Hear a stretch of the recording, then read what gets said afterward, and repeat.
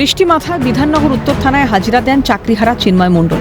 বিকেল 4:20 থানায় প্রবেশ করেন চিন্ময়। অযৌক্তিকভাবে কেস দেওয়া হয়েছে, সমন পাওয়ার পরই কথা বলেছিলেন চিন্ময়। কিন্তু তাও পুলিশ ডেকেছে। তাদের সব রকম সাহায্যের আশ্বাস চাকরিহারা চিন্ময়ের। যে কোনো প্রশ্নের উত্তর সঠিকভাবেই দেব, লুকোচুরি বা ভয় পাওয়ার কিছু নেই, দাবি চাকরিহারা চিন্ময়ের। নয়, ওনারা ডেকেছেন, আমরা সহযোগিতা করব এবং সেই জায়গায় দাঁড়িয়ে যা যা প্রশ্ন করবে তার উত্তর একদম সঠিক সত্য উত্তর দেব।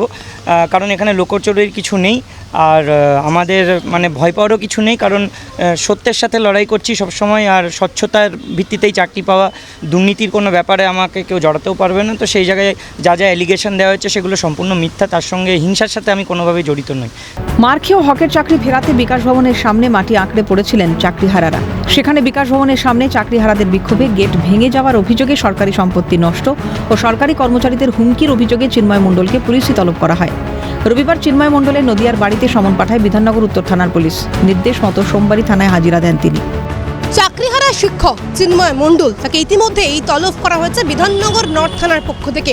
গতকাল তার নদিয়ার বাড়িতে একটি চিঠি যায়, সেই চিঠির মাধ্যমে তাকে একাধিক ধারায় ইতিমধ্যেই তাকে মামলা রুজু করা হয়েছে। ক্যামেরায় সায়নের সাথে দীপাঞ্জনের সহ ক্যালকুট নিউজ সল্টলেক।